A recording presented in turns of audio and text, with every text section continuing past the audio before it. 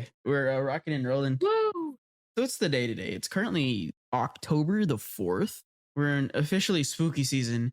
And I think one of the episodes is wonderful for spooky season. Oh yeah. And we'll go through the, the dates as far as according to IMDb when it came out. Actually, I don't know if those dates are correct. I should definitely recheck those. Was that an actual Halloween episode? Well, according to IMDb, it's October the 7th, 2001 is when it came out. Well, that's delightful. But so did apparently Jupiter Jazz. So maybe they came out back to back the same day. Or maybe it's the dub. Oh. Either way, that's what it says on IMDb. Hey, you got to trust IMDb. If we can't trust them, who can we trust? Everyone, yep. Anything IMDb puts on there is totally accurate. Yeah, 100% accurate. Well, welcome to our second episode of the Angry Belly Anime Watch podcast. What? And it's some wonderful stuff here. What's this chunk? Episode 9 through... see if I can find my notes here. 12. Yeah. Episode 9 through 12.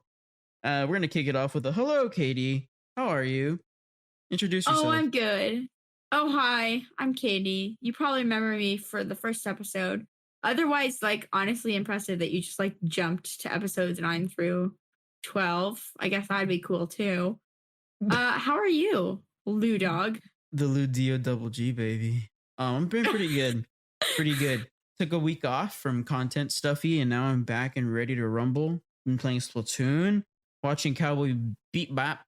I had the craziest realization earlier when I was watching the first episode, which is called Jamming with Edward, episode 9. There's a part where it pans onto the ship and it says Bebop, which is obviously the name of the ship. I'm realizing at this moment that Bebop is Bebop, which Bebop. is kind of like an alien or like a robot. Like future stuff is the point. And I feel bad that it took me this long to kind of get that. Oh, wait, I actually have an adjacent comment question. Go ahead. Okay, so we know the name of the ship is the Bebop, but do we already know the name of the fighter pilot-esque ship that Spike has? No. Well, maybe we do. I don't know. I didn't know if that was a detail that exists and I missed. I haven't noticed it. And I missed it. If you're watching this or listening to this, I guess, feel free to do a bit of a comment there. Because I'm not going to look it up right now. Maybe I should, actually. I'm not going to because I already said I wasn't going to. Yeah, we'll look it up later. I'll let someone else correct us. Do it in post. Do it in post for sure. You're just going to hear my voice say it now if it's in post. Okay. Episode 9, Jammin' with Edward. Something is carving giant pictures on Earth's surface, and the Earth police put out a bounty drawing in Spike and Jet. A talented computer hacker, Edward, is rumored to be the culprit, but the truth is much different. How do we feel about this, Katie? This episode specifically. This episode, first of all, started off weak in my book because the first time we see Edward, we literally get 3 toe shots. I literally he rolls over backwards and he uses his fucking grimy ass toes to touch the computer board. And it just left such a bad taste in my mouth. The whole rest of the episode, it's all I was thinking about. Of course. Okay. Let's go with the play-by-play here.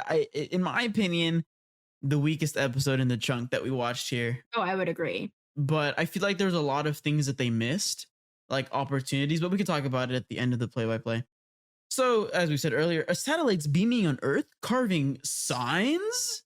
There's a kid laying on a rock, listening to the forecast. Apparently, there's rock showers going on Earth right now, which luckily we don't have those at the moment. You best be knocking on wood, buddy. You got me. I'm doing it right now. So we go to the crew, and they're lounging around, just kind of hanging about, which is not something we kind of see them doing, because usually, I feel like before this, they were just kind of at odds with each other, mostly Faye and Jet, but we'll get to them later. They're listening to the news, of course, and it says South America, so then we get confirmation there that this was indeed on Earth, because it doesn't say it right off the bat. It just kind of vaguely looks like Earth, and you're like, okay, is this Earth? And you're like, okay, yeah, South America, it's Earth. Cool. So, as we said earlier in the synopsis, they're talking about the bounty, and the bounty, they're looking for a hacker. Who could this hacker be? At this point, we don't know who it is. There's an outside shot of the Earth, and then we see some rocks just orbiting around Earth, which is, I'm assuming, the reason for the rock showers. I don't think they explicitly say. Do you remember if they say that or not? They do not revisit the rock showers. Like, we see the rock shower happen, and then it's just like, oh, that's a thing that just happened. Okay. And then like they spend the rest of the time going back and talking about the AI, and I don't really think they revisit that. That could have been something I missed though. Yeah, I didn't really. That's an assumption, but anyways, kid is playing with a drone inside like of an abandoned building. It seems like, where's this kid's parents? Where's the kid's parent? We don't see this kid's parents. There's no mention of them in this episode or in like the other episodes that we've watched so far. Maybe after the Jupiter Jazz, stuff, we'll get to see some different things. But regardless, moving on, playing with a drone, and the police jump into the building. There's an explosion. Or not yet. Sorry, I'm jumping ahead here. They appear, and Edward dabs on them, is exactly what I have here, by hacking their ship, and they have a runaway ship now. And so then you put two and two together, and you're like, oh, this is the hacker. Despite the fact they don't actually say it, but this is the aforementioned hacker that we've been talking about here. Was apparently a bad guy. Radical Edward. Yep. We will see soon, though. We got the Spike sleeping on, and Ed kind of hacks onto the Bebop, kind of looking through. Seems like somehow, some way, they haven't again said anything about this, but you see this in the beginning shots. Ed is basically like, oh, he's here. The Bebop is here. Like, it seems to be some kind of like infatuation with potentially Spike and the crew. So there's that. They don't really he doesn't really do anything to harm them, but you just see Ian. Is bark. It Ein or Ian? Is it Ein or Ian? Anyways, whichever one. I'm gonna say Ian for now. Barks, and then we're like, oh, okay, cool, that makes sense. We see Faye and Spike are looking for Ed. We don't know that they're looking for Ed, right? Or they don't know that. Oh no, they do know that. Sorry. And people just keep saying, don't know he's a kid. Yeah. No. Yeah, exactly. And they're asking people, and people are like, oh yeah, Ed's gay, and 2 meters tall, and a child, and an alien. It's like, all right. So, the wildly different the descriptions here. But nonetheless, that is the information they have to go off.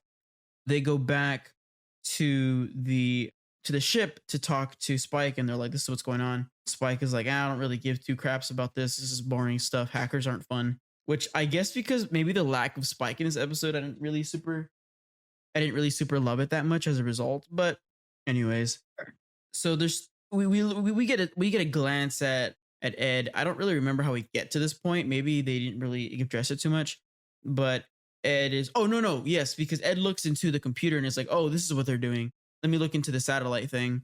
And this Ed is like VR hacking. Dude has the goggles on and is basically like in the metaverse with the Mark Zuckerberg. Yeah.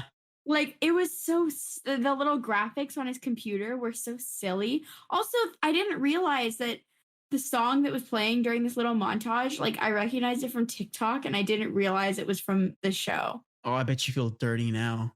I know. I felt like a filthy little Gen Zer. It's that little song that's like, meow, meow, meow, meow, meow, meow, meow, meow, meow, meow. Oh, for sure. It goes just like that.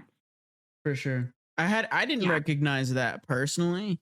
But I couldn't even tell you what the sound is used for. I'm gonna take your word for it, because I don't know. Oh, it just was super recognizable. I was like, this must be from TikTok. This must be from TikTok. It must be from TikTok. So we go back and we're looking at Ed again, and he calls himself a net diver, which I thought was a very early 2000s way of calling himself a hacker.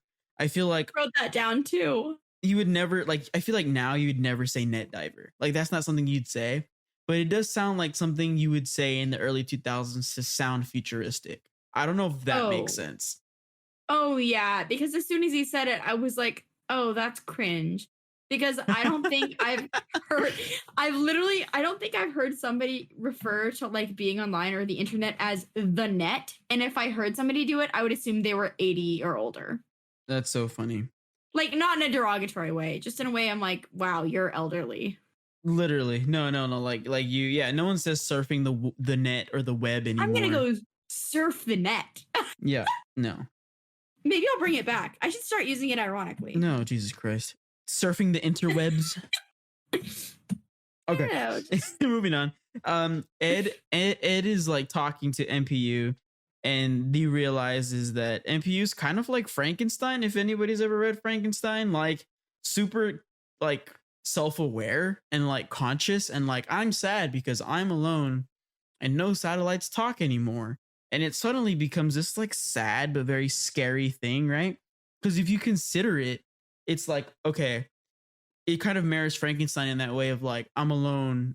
I'm going to figure out to do like how to entertain myself and do things. But in the process, I'm going to accidentally like potentially harm people because those lasers could have very easily like leveled the city, right? Like if MPU, which is what they call, is what Ed names the satellite, was like, oh, I'm going to draw a smiley face on Paris. And all of a sudden, a million people are dead, you know? the potential for danger, high. Very high. So, Ed is infatuated. He's like, oh, I'm going to name you MPU. Cool name. And we go back on the Bebop and they're talking about Ed, the hacker. And then after this, we kind of realize we go back to MPU and Ed. And they're talking. And he's like, yeah, I have my own will, blah, blah, blah, blah. And I was drawing just to entertain myself, which is what we already said. Ed tells the crew. So obviously he pops up and they're like, whoa, is this a talking screen? And Jet's like, nah, dog, like we're getting hacked right now. Anyway, so he's obviously there to help. He tells the crew, hey, you got to disrupt it by like manually destroying it, essentially, because if not, it's going to fight back, which is super interesting to me because he said that all the satellites are shut down and they're quiet.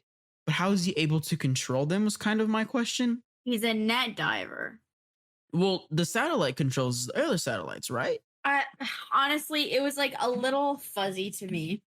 No, I get it. I know. Well, that's like, the thing. I guess like maybe the shtick was that like he had expanded like past his intended intelligence and was able to do things that they didn't think he was capable of. Yeah. I suppose that's true. I think to a certain extent, like you have to suspend, what's it? Suspend disbelief or whatever the heck it's called. Anyways, you get what I'm saying. Yeah. Joyce would be proud. Yep. She would be great. Joyce, if you're listening to this, thank you for teaching us things. If Joyce Aldridge listens to this podcast, I'll pay you $15. Good. I guess I'm never making $15. She's a PhD in theater. All right. She ain't got time for us. Moving on. So the Jet and Spike kind of leave, and it's Faye and Ed kind of just talking. And Ed's like, hey, I will help you. I just need a promise. And Faye's like, anything. And Faye's like, I don't know. I hate kids. And then he's like, I'll give you all the money. And she goes, all right, I'm listening. And then it just like, it cuts to Spike. And here's where my issue with the episode is, right? All the episodes, and obviously add on to this if you have any thoughts about it. All the episodes before this have been all like, all right, there's a story, episodic stuff. All right, building up the tension to the final battle.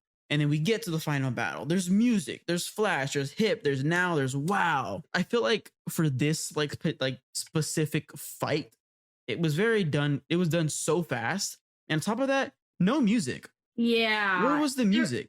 I don't know. And it's something that's really interesting because I feel like specifically the next episode like made such a beautiful use of music. Yes, like, I agree. It was such a weird contrast. But it's like it felt so off from the regular structure. Like I totally agree with that. But I will say at the end of the episode, they still suck at bounty hunting. They do. And we're gonna still don't get it, even though it's not even a real thing. No, It's no. just a concept, and they still can't get it. All right. So, yeah. So Spike obviously eventually, through a very anticlimactic space battle, does indeed disrupt the antennas or whatever he was supposed to do. Spike gets Ed connected to MPU. MPU zaps Ed, and it almost seems like MPU maybe is like potentially getting to the tech that Ed has, but that hasn't like come to fruition yet. So I don't know. It's kind of how it felt. I may be wrong about that. But like as a result, MPU being connected, blah blah blah, shutting it down, does get zapped. I just thought that was an interesting thing and potentially a foreshadow. Uh-huh. And during the process of MPU being shut down, Ed's like, "Hey, you're not going to be alone." And so maybe that was the thing. Maybe MPU is in his tech and just kind of hanging out with all the other tech stuff he has in there software wise. I don't know. Cause you know, those little like visuals, those cartoony visuals, whenever we see Ed hacking and stuff, maybe it's a part of that now. Again, hasn't come to fruition at this point. At least maybe I haven't like noticed it or they haven't explicitly said it. But yeah, I'd like to think so. I would think so. Yeah. You know. And then we find out what the promise is later. So they're like gonna leave. They're like, all right, deuces, like whatever. And then Ed is like, I'm gonna hack your ship. And the ship comes back to Ed and he's like, I'm joining. And then this whole thing ends up being about Nakama, which in anime is the whole friendship thing. You know, the power of friendship is strong with this specific episode. Then after this, we kind of find out that there is no bounty because the people who give bounties are like, you know what, this was not a human thing. So because we can't physically put someone in jail, we're gonna just not give you money for this one. And Well, so that of was course, so interesting too, because they were like, they're talking about like it's difficult to determine whether software and like a computer is alive. And I was like, well, I don't know. I saw her with Joaquin Phoenix. I don't know. There's like definitely an argument to be made about at what point does an AI, like at what point are they qualified as sentient, right? Because, you know, the AI was having its own conversations. It was having its own actions being taken, you know? So anyways, it was just really interesting at the end of the episode that they were like, well, it's just too hard for us to determine whether it was real or not. Yeah. And you know, it's something that we talked about actually at work lately because we talk about like, oh, our grandparents or whatever, our parents are like, oh, being gay is wrong, blah, blah, blah, this and that. And we're like, no, it's progressive. Like, you know, and then I made a joke and I was like, hey, you know, this is how we feel. But what if like in the future, our kids are like, oh, hey, I'm in love with a robot. And because, you know, potentially maybe robots will be, you know, with us like that and have their own like abilities to be conscious and that sort of thing. Like, are we going to be like, oh, that's inhumane. That's stupid. How are you going to have babies? Blah, blah, blah. Like that.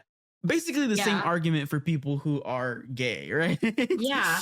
Well, if you haven't, have you seen her with Joaquin Phoenix? That's the one where Scarlett Johansson voices the robot, right? Yeah. Okay. I've seen bits and pieces of it. Not that it wasn't good. I just wasn't paying attention. You should watch it. I think it ties in with the conversation that you're talking about, like really interestingly, because like in short, that's essentially what it's about is he has this relationship with an AI and like everybody around him is essentially pretty much shitting on it. And like it feels very real to him. Anyways, it's about that. It's just, it's really interesting, you know? Yeah. Well, you know what? Donate, join the Patreon and you'll listen to Katie and I talk about her next month. I'm just kidding. That's a new Patreon benefit that we're about to pull up. I'm just kidding. That's a joke. Oh, cute. I'm not doing Patreon at this time. Sure, it's definitely a joke. Wink, wink. Yeah, you want to join our Patreon? No, I'm just kidding. Our OnlyFans account. Okay, moving on. So then moving on, obviously no bounty. And then at the end, I really like this part because I think to an extent it's like a cute little like bond that he has with them, despite the fact that he says this. But Spike says he hates beasts, looks at Een, and then hates tomboys, looks at Faye, which let's be honest, I wouldn't make the argument that she's effectively a tomboy. Yeah. But I feel like she's very femme fatale. Yeah, I agree. And then I hate Rugrats, which are kids, right? I thought that was very sweet and fun, and I quite enjoyed that he said that. But yeah, that was episode 9. Again, not my most favorite one, but I will say now we have a new main character and a new friend on the ship. Ayo. All right. Now this is the next one that I think we both enjoyed. How do you feel about this one? Oh, I really like this one. I really like this. I mean, I of course I like anything that really takes our characters and makes it like forces me to understand them more.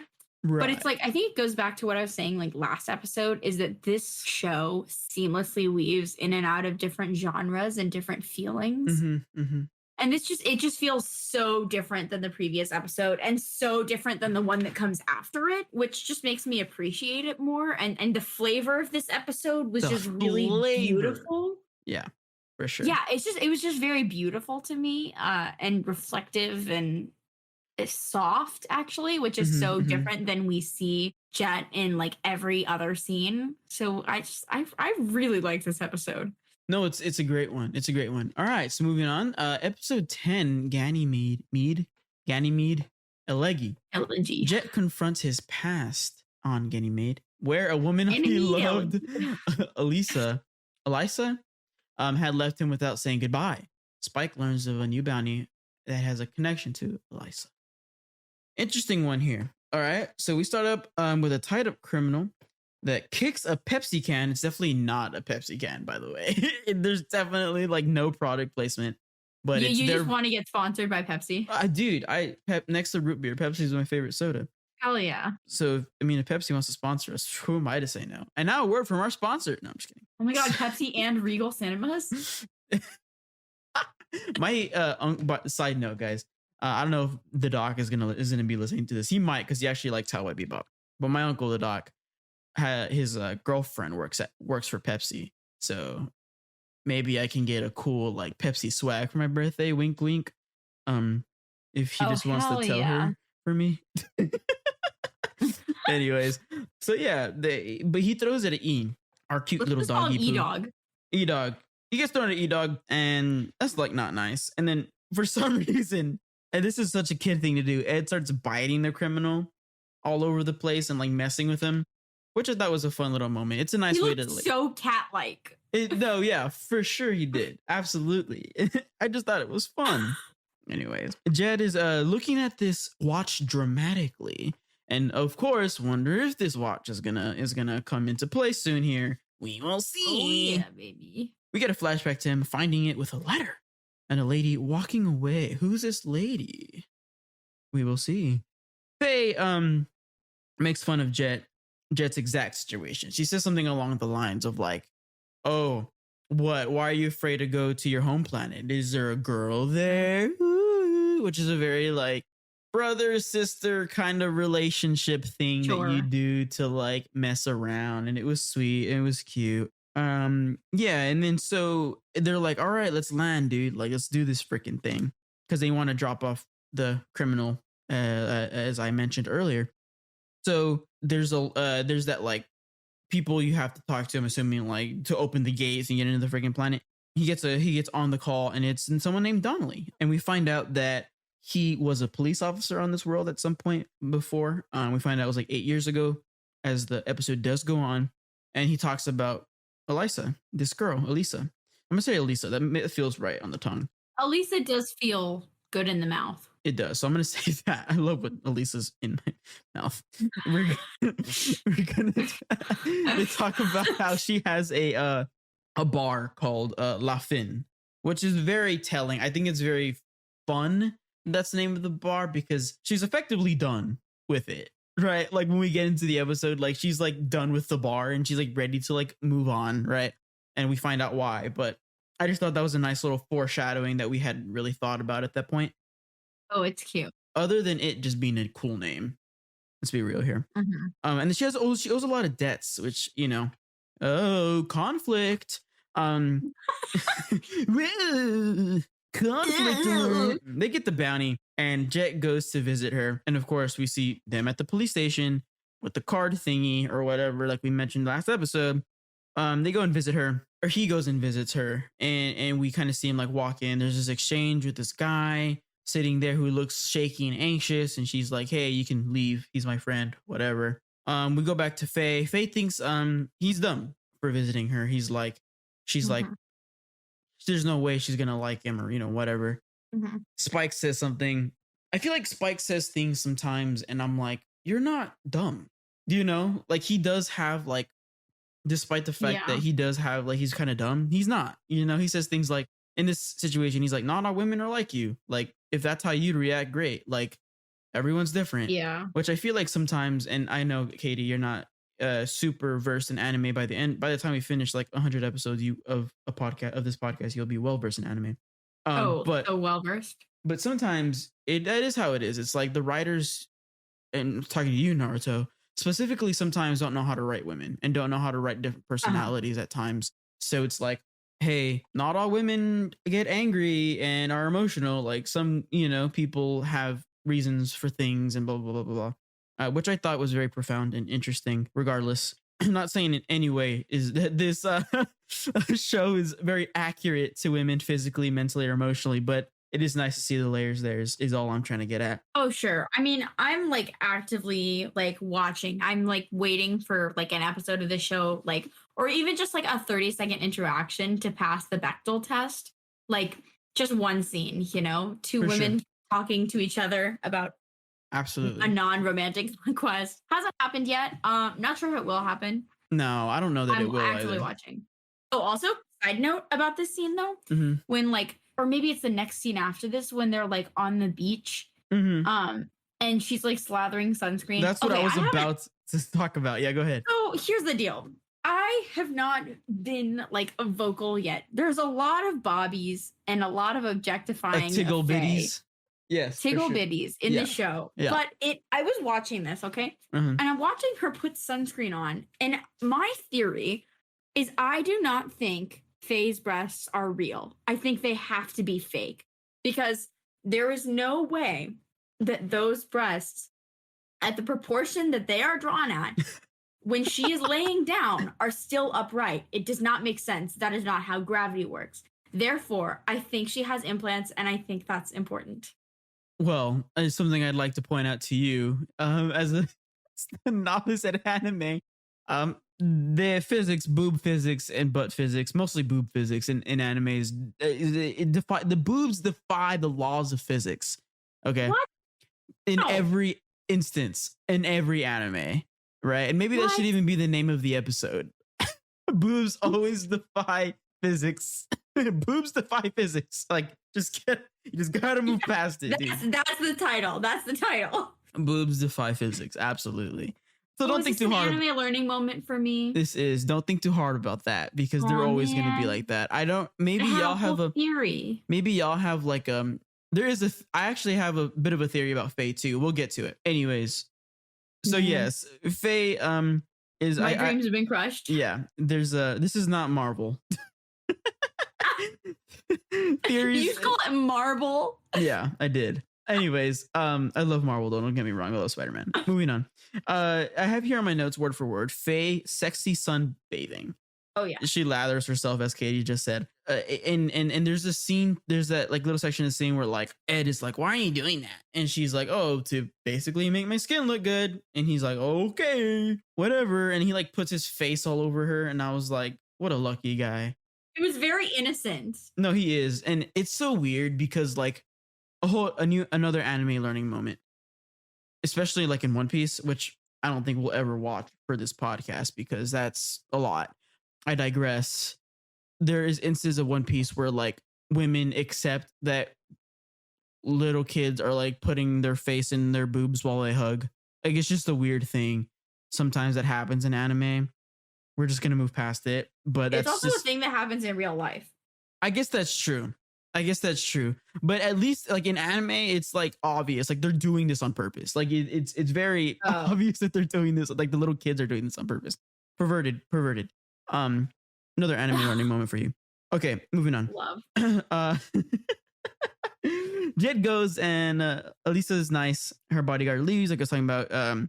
She is closing the shop? Question mark. As she tells him, "Yep, I'm about to leave. You're my last customer."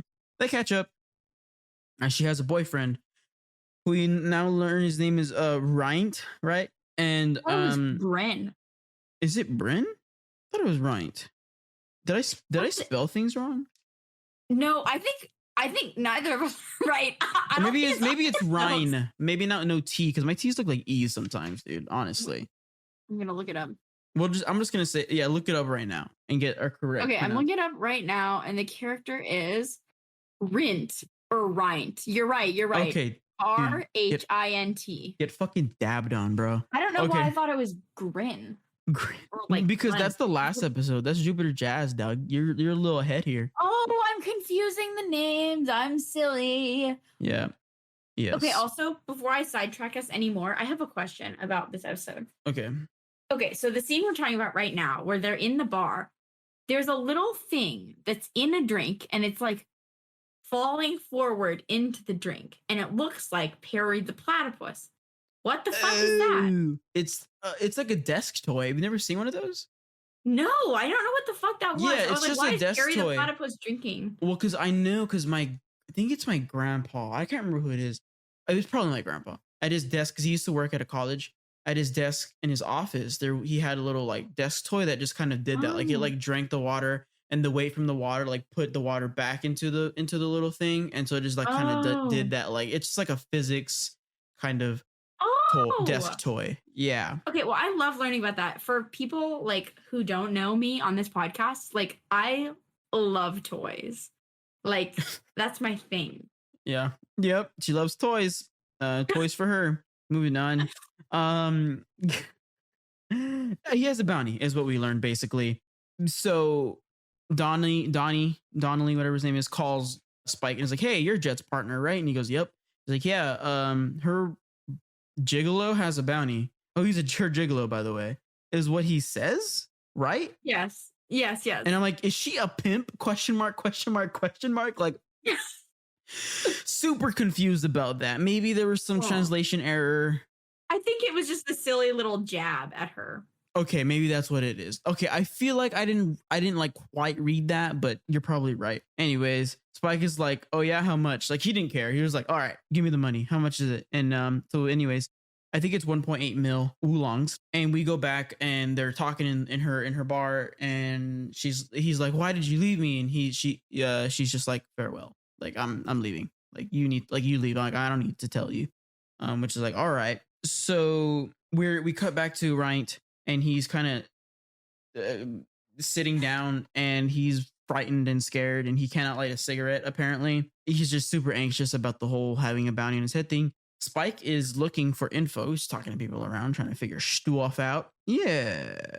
And then we get a little flashback. We look back at Rhint. He killed someone, and we later learn that they were a loan shark because she was struggling to pay bills, is what it seemed like, because of the debts and they didn't have that many people coming in and out anymore, so needed money. Spike ended up finding them on a boat. I must hear good. What the heck did I write here? I don't know, bestie. I must hear good cook. What the fuck did I write? You want to do good coke? I don't know what the fuck I wrote. I must hear good cook. What the hell? Okay, anyways, I'm not gonna even say that. Maybe you said must hear Kiss from a Rose because the song in the montage sounded like a royalty-free version of Kiss from a Rose by Seal. That's not what I meant. But Well, anyways, it's perhaps what you meant. we're just gonna move past it. Spike found them on the boat, and he's now chasing them. There's a boat chase, and there's no music. And so again, I was like, dude, this sucks. There's no music. But we get music, really good music coming here pretty soon. There's a reveal. Spike or Jet shows up after they almost crash. Reveal, and then there's some really awesome music. He's like, "Hey, I'm gonna like take over this," and Spike is like, "You're not gonna let them go, are you?" And he's like, "Nah, fam. Like, I'm gonna take care of this. So you leave." And so he trusts him. The music's really cool to chase. There's a lot of quiet moments, and I think this is one of those instances as a sound designer that I really appreciate. And obviously, let me know how this invokes feeling into you as well.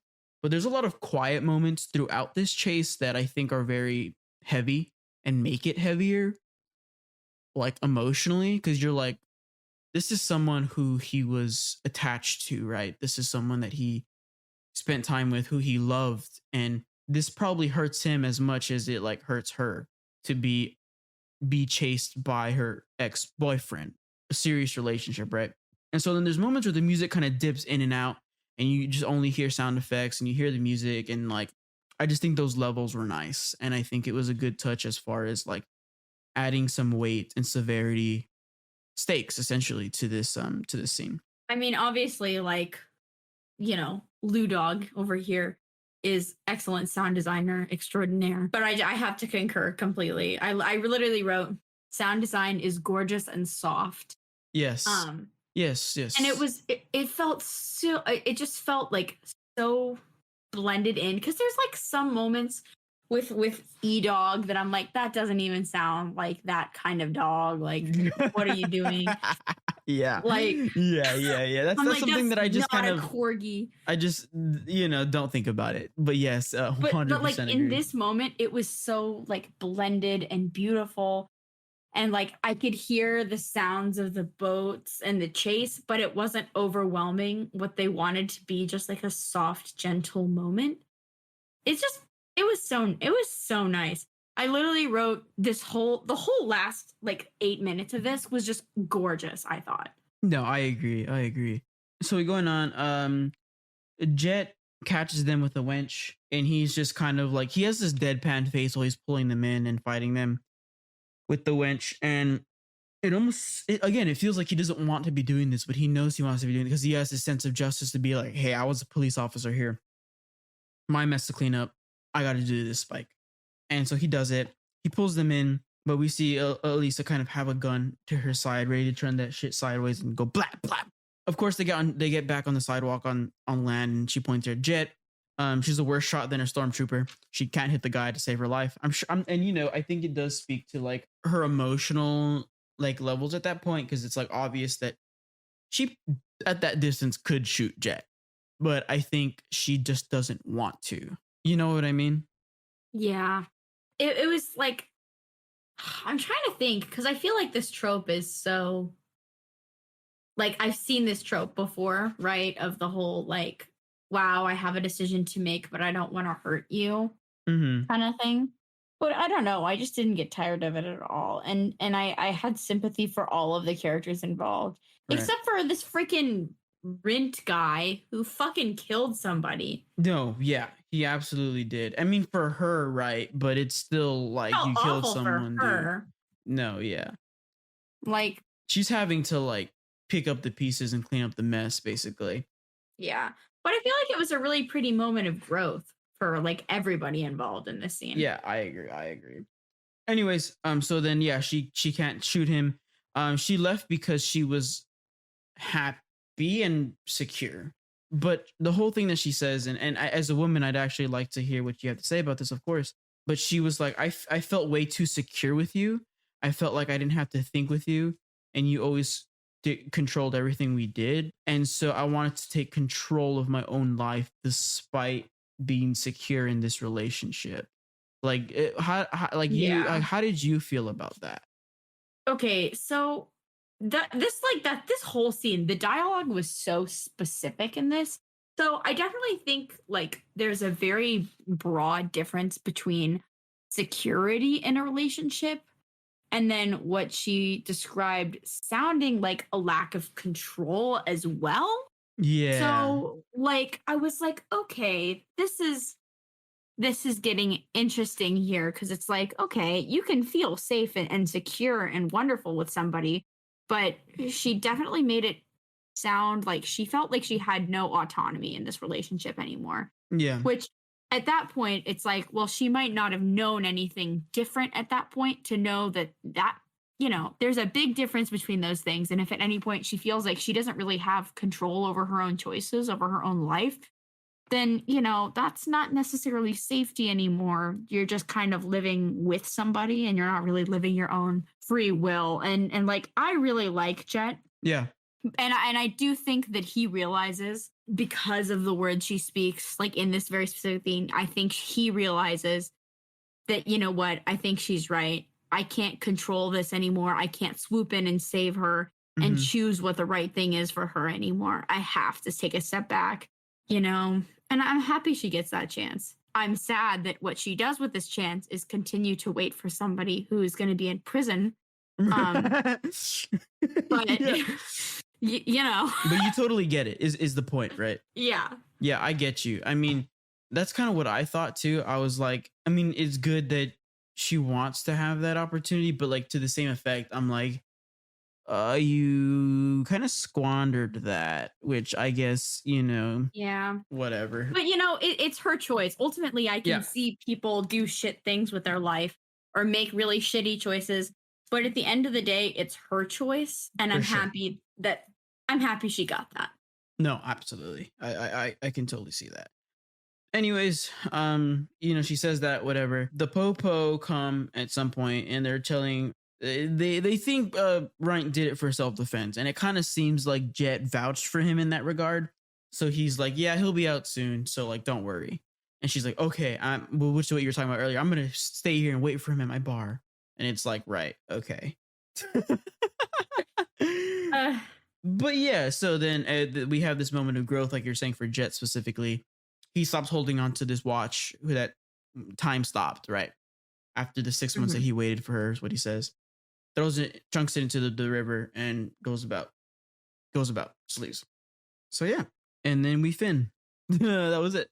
That was that episode. Aha. All in all, a good episode. I enjoyed it. But the next episode, in my opinion, is better. What do you think?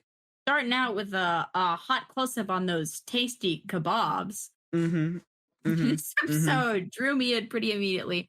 And it's so interesting because it's like in the first like few minutes of this episode, I was like, oh, where are we going with this? But it's like, oh, here we go. Looks like we got a bottle episode, baby. Yep. And I think this episode was actually delightful Yeah. I agree. and silly. And it's like it was so needed after the last episode. And For it's funny sure. because my partner was like on Discord, not watching this episode with me, but we were on video chat while I was watching. So like I was just sitting there with like a half sad frown on my face, like through From the the last last like episode. 10 Yeah. minutes of that episode. Yeah. And then like the shift from that and to this slightly silly thriller feeling esque, it was such a necessary stress relief after what felt like a very heavy last episode. I couldn't agree with you more. So, episode 11, Toys in the Attic. A mysterious something is sneaking around the bebop and biting the crew, leaving nasty purple welts. Eventually, Spike is the only one left and must prepare himself to save the ship. We open on something in a tunnel, question mark. That's what I kind of wrote down. Obviously, we realized later it's not a tunnel. Something's moving around is the point, and it's weird. Weird things are happening. We look at the crew. They need money and have no jobs, so they are drastically poor. They just dramatically poor. They are dramatically playing board games. They meet being Faye and Jet, where she keeps winning. We see also sleeping going on by our good friend Ed, and with cooking going on by our good friend Spike. So there's a whole lot of separate things going on right now. It seems like Faye and Jet are playing strip board games, but Jet is the only one stripping. Yeah. Which I think is kind of funny. I mean, like, it kind of just seemed like he wanted to make some money off her, and it just wasn't working. Like she had too many tricks. She had her trick up her sleeve, I guess. Yeah, he kind of got swerved. He definitely got swerved. I don't think he was necessarily like trying to be sexual with it. I think he was just trying to make money, which is what it seemed like to me. Yeah. And so obviously he betted his clothes, kept losing. Jed goes to the attic to get a blankie and finds a fridge. And he's like, oh, what's this fridge? Cut back to our good friend Faye with an Anki bracelet where Spike is like, dog, they really take advantage of him with that anklet, huh? And she's like, it's not my fault he can't notice it. And, blah, blah, blah, skill. Basically, she's like one big skill issue right there. She's like, skill issue, dog, like get better. So GG's for that. And so go back to Jet. Something bit Jet. And so he's like, whoa. Yeah, ruh-roh raggy. And they go and brush to him and they're like, oh, it's a rat. And it's funny because I feel like this might be the only circumstance to where I would have been like, thank God that was a rat. Like they don't even flinch at the idea that there's a rat on the ship. Like you would think that Faye would even like flinch and get a little freaked out because like Sure. she's all about being like clean, Yeah. but she doesn't. So whatever, I I guess. also just love that there's like I just like it's also like, okay, so they're in space. Yeah. How did a rat I don't even know. Anyways, I'm not Yeah. gonna think too hard about it. Don't think too hard about that one. So the Spike tries to help with finding out what bit him, or trying to help him out with like trying to heal him, and he has like weird critters like scorpions and weird things to try and heal him, and he drinks this like, was it scorpion infused tea or lizard infused tea? I don't remember what it was. Anyways, he drinks it. He's like, oh, it's so gross, and he ends up falling over, and you see the purple welt behind him. Then we see Spike. Spike is then like trying to figure out what kind of poison it is. None of them are matching up. And Ed just kind of pops out of nowhere, which is very fun. And I thought it was cute. And says, it's a space creature. It's a mysterious space creature. And then the like actual, how can I say this? The like concern on Spike's face to hearing that it could potentially be a mysterious space creature was just so funny to me, because he was just like, no way, are you serious? Do you think it could be a space creature? and I enjoyed that personally. Of course, he's a silly guy. He's a silly little guy. And of course, it's not anime if we don't have a girl in a bath scene where we see Faye just lathering it up in a bubble bath. You know how it is. Is that another trope? Yes, absolutely. Girls in baths, yes, for sure. Well, just speaking, I love a bath. Yep. Love a bath. I love them too, watching them on anime. Moving forward. Anyways, so yeah, something's like watching her, and oh my god. Like kind also, yeah. Literally leading up to the scene when we're seeing like the POV of the mystery creature like running through here, it literally sounds exactly like if you're hitting a zombie in Minecraft. Like the like it literally sounds just freaking like it. Yeah, I didn't put those two and two together, but that's really funny that you say that. Okay, well, Minecraft Cowboy Bebop crossover confirmed. So anyways, we get Faye, gets freaked out or whatever. We see Spike and Ed looking at infrared glasses to potentially see this creature, because they can't really see it with their own eyes, which is interesting because later on it's like black and you can see it. So at first it kind of seems to be invisible, but I think here we realize that it's just kind of quick. Faye Kim comes in with a bite, all dramatic, like being like, I'm too young to die. And I almost feel like this is the equivalent to someone potentially getting like a bee sting or like a wasp sting, being like, oh my God, this is so horrible, I feel bad, whatever. But really, we see later there's no stakes in this episode, which is fine. Like, I think this was a good buffer episode. So Ed is now looking for the creature. Spike is also looking for Ed, because Ed, as a kid, just wandered off. Ian goes off on his own. And then the dog, Ian gets attacked. E-Dog gets attacked. And that was sad. I knew that nothing was going to happen to our poor pup, but suffice it to say, still very sad to hear the little sad yelp from our best fur friend. Spike gets to Ian and sees it toppled over with the welt. This causes him to weapon up. Now, I love this weapon up scene. I don't know how you feel, but it was definitely like scratch an itch for me, because I was like, usually we see a whole like gear up section of the episode where it's like, hey, we're gonna gear up, but he gears up over the top to like take out this like bug, basically, right? Yeah, looks like a freaking loofah. It does, doesn't it? Yeah. Or like a slime. It reminds me of Spider-Man 3 Venom, basically, the sludge. Oh yeah. Yeah. So Spike, so he goes looking for Ed, can't find Ed. The black goo shows up and he tries to obliterate it. He first tries to catch it with a net, but it's goo, so it's gonna slip through. Awesome. Rhyme there. Finally gets on the other side of a door and blasts it with flames, effectively kind of trying to like incinerate it. Doesn't happen, in case you were wondering. And then Spike gets hungry, and then immediately it comes. This is the best part of the whole episode. He gets hungry, and him being hungry reminds him that he put a lobster in that refrigerator, and he goes, a year ago. Yes, a year ago. and remembers it in that moment and is like, oh my God, let me go to that fridge. Goes to the fridge to find a whole fucking ecosystem. Also, that lobster was alive. So it wasn't dead. To find a whole ass ecosystem in that refrigerator. So I don't know if this sludge was a product of the ecosystem or was like Oh yeah. a mutant lobster, which I feel like it'd be more lobster like if it was. So Oh it's yeah. probably the fact that it was a product of the ecosystem. But what an imagination. Oh my God. Literally.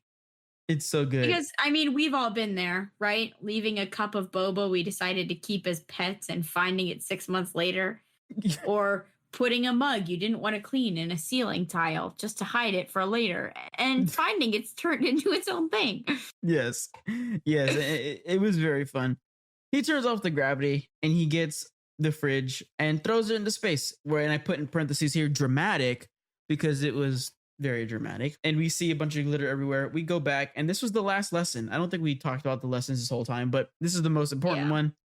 Do not leave things in the refrigerator and forget about it. That was the big lesson, basically. It literally felt like the whole episode was a meme. It was. It 100% was. And I enjoyed every second of it, to be quite honest with you. Oh, felt. Yeah. So Ed, in a very Luffy-like scenario, for those of you who are One Piecers, fell asleep randomly somewhere. Wakes up, sees the sludge. I'm hungry. Eats it. I can't eat no more. Falls asleep, and that's kind of it. That's so you. Yeah, I'm not gonna detest that. I do eat things. So we Angry belly, baby. You know me. TAB. TAB. And I just have here the last thing is the sparkly fridge in space. The more you know kind of rainbow thing going on there. It's funny. I enjoyed it. I really enjoyed this episode. Yeah.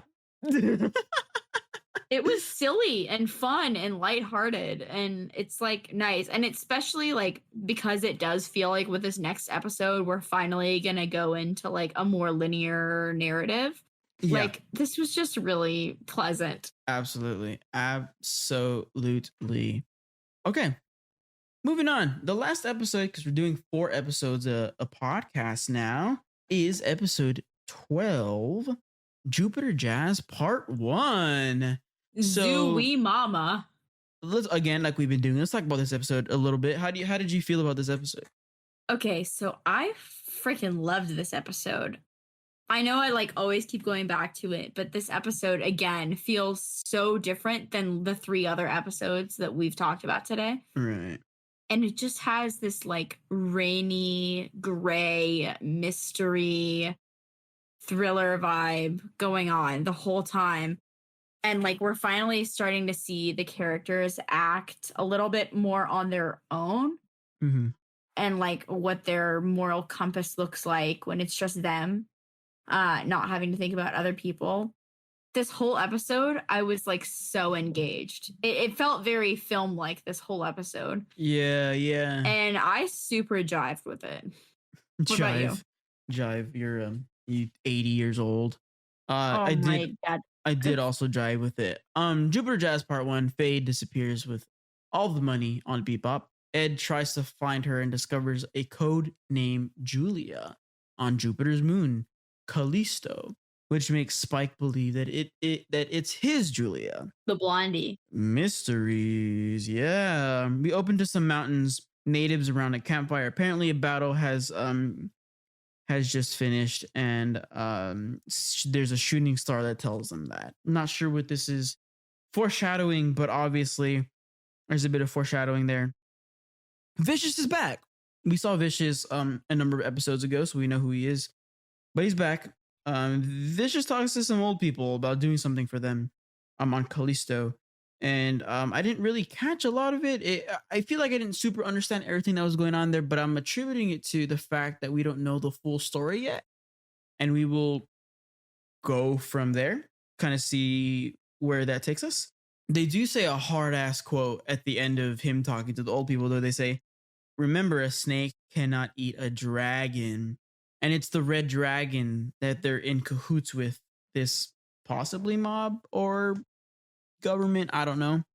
Mm-hmm. regardless, at the end of it, Vicious is being protected by the Red Dragon in this mission. On the Bebop, Faye left with the money and antifreeze. That almost felt like the nail in the coffin to her, like leaving them, right? Yeah. Being like, oh yeah, I'm gonna leave now. Not only am I gonna take your money, but I'm gonna take your AC too. So you can't have AC for a little bit. Cool, bye. It was like, all right, cool. Well, to me, it felt kind of like insurance. Like if she decided in the next 6 hours that she really didn't want to be on her own, that she could come back with it. You know what I mean? Oh, I see.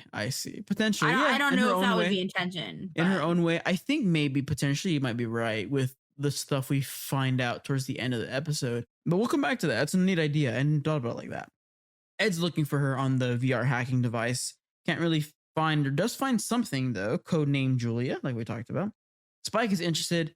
We have a flashback to the blonde lady. Spike leaves to Callisto, and Vicious is there, who we know, and Jet is gonna look for Faye. The thing about this here is that there was a bit of a bromance rift here, wasn't there, between Jet and Spike. There's a bit of a rift there. Just Spike is like, or Jet is like, don't come back, you know. But it's like, it's kind of nice to see those things. Obviously, they're going to be back together, right? But it's kind of nice to see that, because in my brain, it helps establish the fact that, yes, they have a really strong bond that's never going to break, but they're also so dramatic as a result that they're willing to be like, I'm not going to see you again. They're definitely going to see each other again. Like their bond is too strong to, like, you know, never see each other again. I know, it's the classic, fine, go ahead. I don't need you anyways. And like, of course, they're going to come back to each other. Of course. They complement each other very well. Of course. Anyway, yeah, Spike's not allowed back, basically. Faye's in a bar listening to jazz, Jupiter jazz.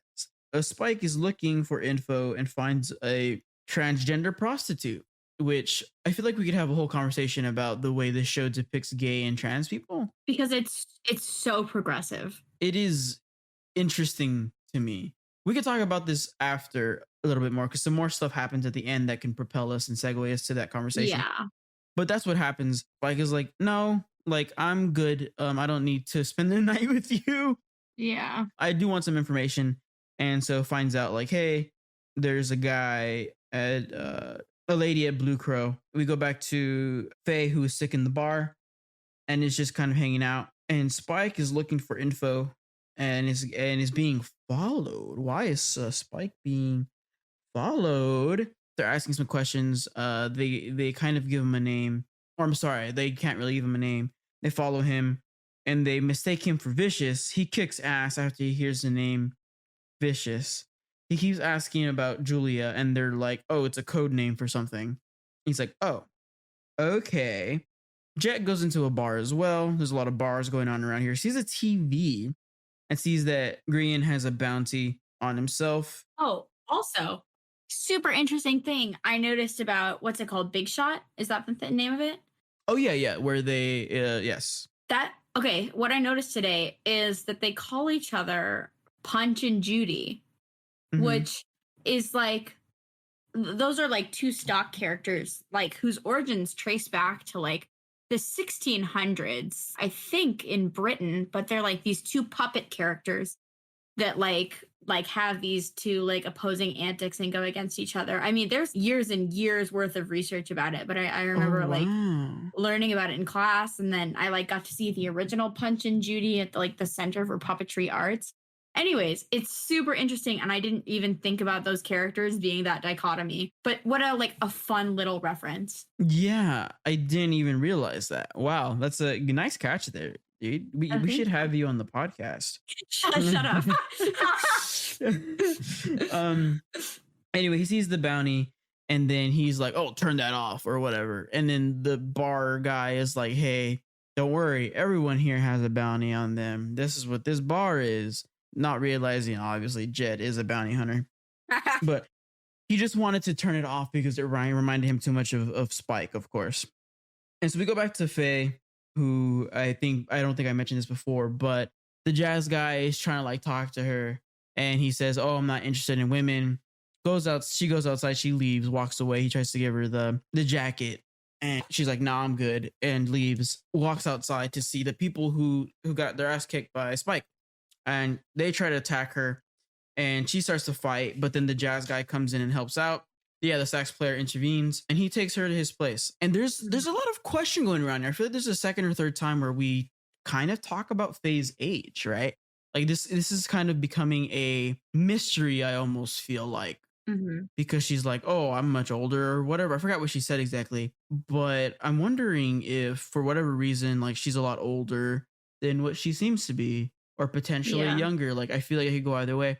But because of the whole like sunbathing thing, I wonder if this is like maybe a cream application she puts on herself to seem young or something. Like Ah. there's something fishy going on here. I digress. Yeah. We do get a sexy pan up her legs though after talking Oh, about her yeah. age. Because how else would we see her sexy legs? Oh, yeah. But she starts to talk about how she doesn't want comrades.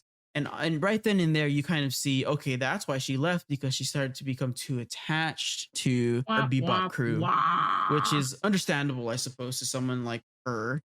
She actually loves her friends, is what the sax player says. The sax player is gay, question mark, because again, there's something nodded about not being into women or something Says, like yeah, that. I'm not interested in women, so you That's don't have to worry about me. about peeping Tom, right? That's what he was Yeah. referring to. And so I'm like, all right, gay maybe.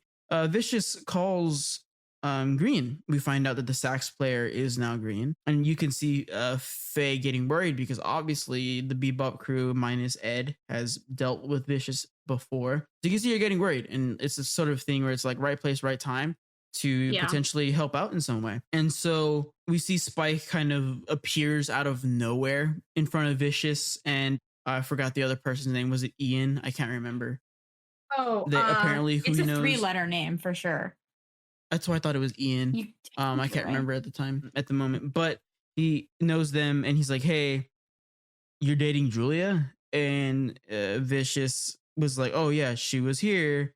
He doesn't explicitly say he's dating her, I don't think, but there is guns being pointed. Spike doesn't want to kill the third party. The third party doesn't want Spike to kill Vicious, the Red Dragon, because he's supposed to be protecting him. Vicious, that is. And he shoots Spike. Spike just get laid out here, and then we cut back to Faye. Well, actually, in between this, we cut back to Faye, who's pointing a gun at Green, who is being a peeping Tom at this point.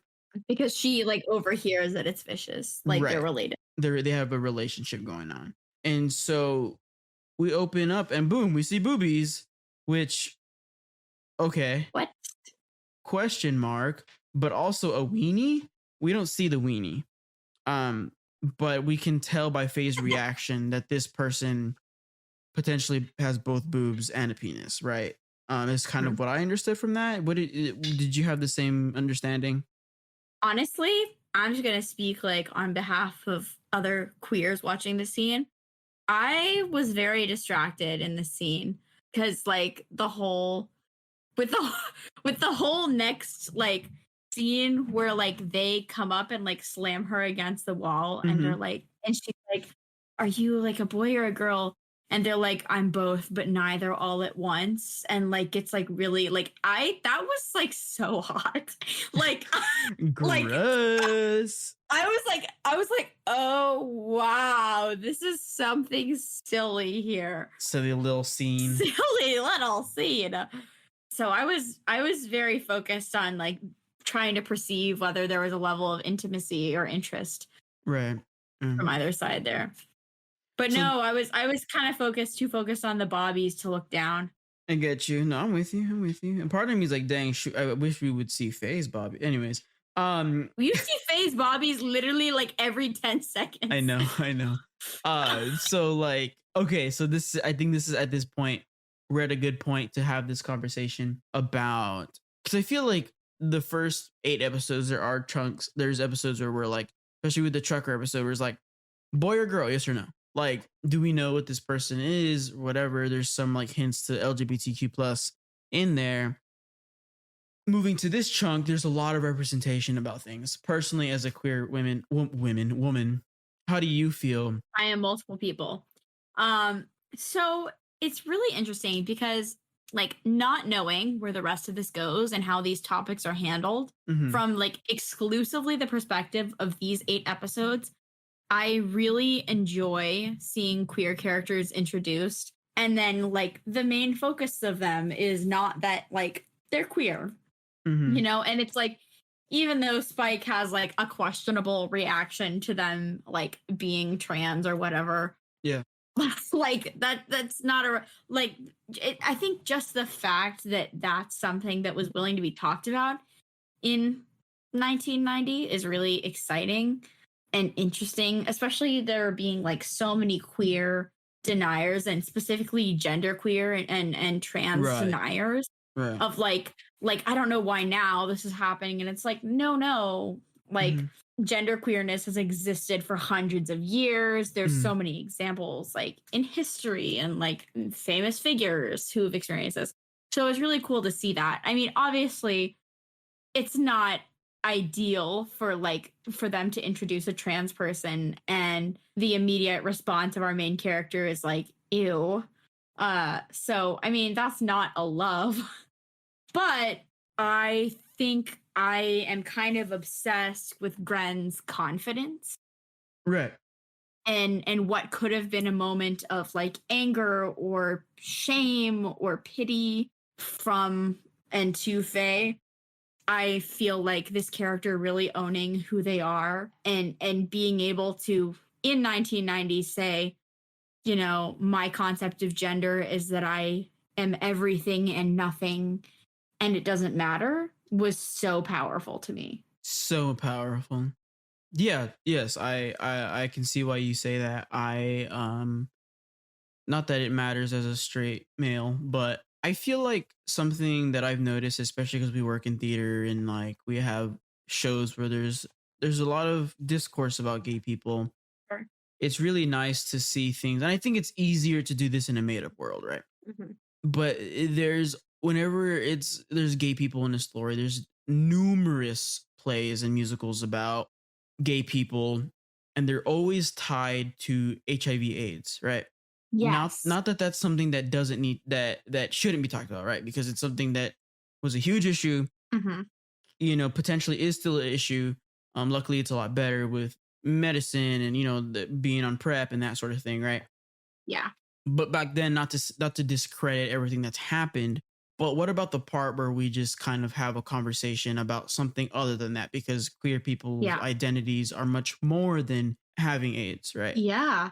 And Well, and it's I like I dare you to look back in the time period of like 1980 to 1991 and try to find a piece of like queer based media that doesn't have discourse on and that. even And and of course even it, now, yeah, and even and it now, needs to be talked about. It's like so important and a historic defining moment.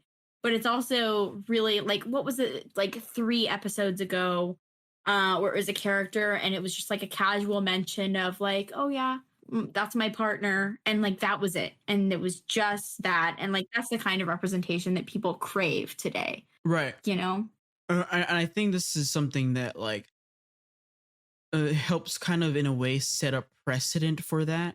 And I think also maybe for us, because we're so much in the arts, like it's one of those things that we do kind of pay Mhm. attention to, right? It's like, all right, Sure.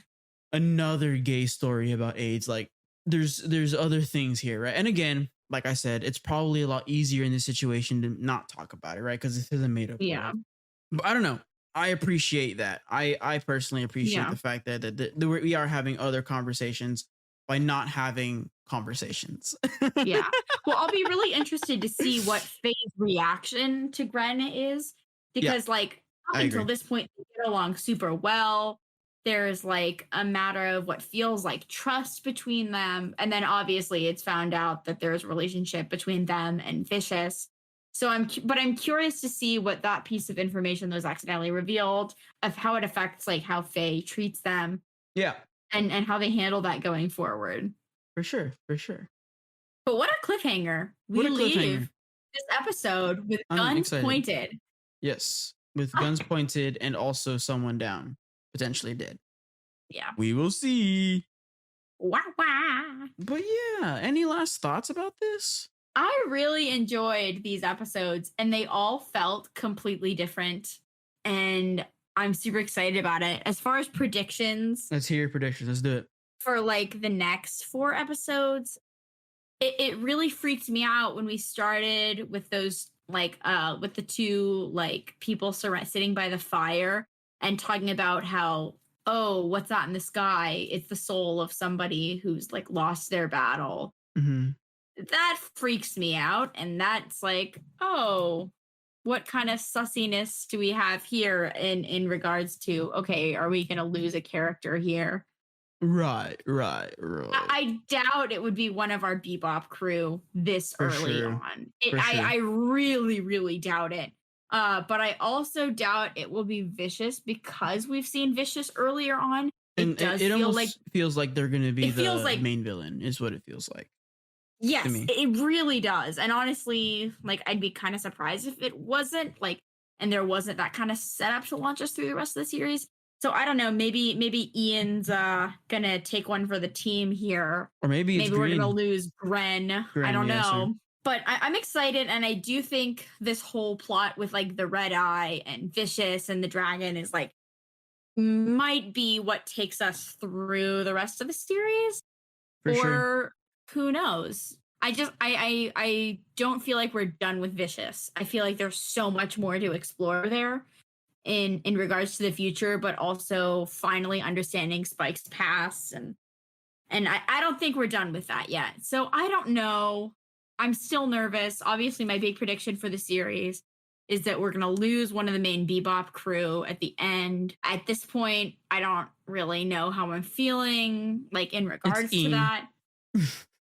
I would no, because I would literally shoot myself. Don't even say that as a joke. Literally do not. Please. The best character. Hey man, I don't know, dude. Oh, please do not kill the dog. So like literally don't. So I don't know for the next 4 episodes. I just really I honestly I hope Gren becomes an ally. I really do. We shall see. I love their dynamic.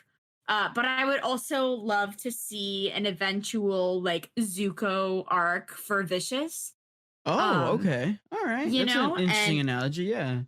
I don't know what the like the chances of that are, but For because they sure. were so close before and they had such an established trust, from Mhm. my understanding, Mm-hmm. I think it would be really cool to see some alliance switching. I don't know. That's just my thoughts. What about you? I I feel like because this is such a short series that it makes sense that someone would die. And it would have to be heart-wrenching, of course, because that's just the way it works, you know. I do it almost feels like Vicious would be the main villain, but who knows, maybe it's the Red Dragon, right? Like the whole organization aside Sure. and not being a singular person, right? Because Yeah. there might be something along the line that that's worth fighting for, like both of them fighting for specifically, right? Yeah. And so that way that alliance does hit harder, right? And it does do what we want it to do as far as invoking feelings. I do imagine that like it's only going to get better from here though. Yeah. Oh, I think we're like I think we're just getting into it. You know what I mean? Yeah, we're in the precipice. I mean, there's 26 episodes and we're on episode 12. So we're 2 more episodes Oh my or 1 more gosh. episode, we're about halfway. That's crazy. Yeah. I didn't even think of it like that. Man. Oh, geez Louise. I'm sad to hear Yeah, that. we got to start thinking about our next show. I vote a shonen. Oh my gosh. Well, I guess drop. Oh my god.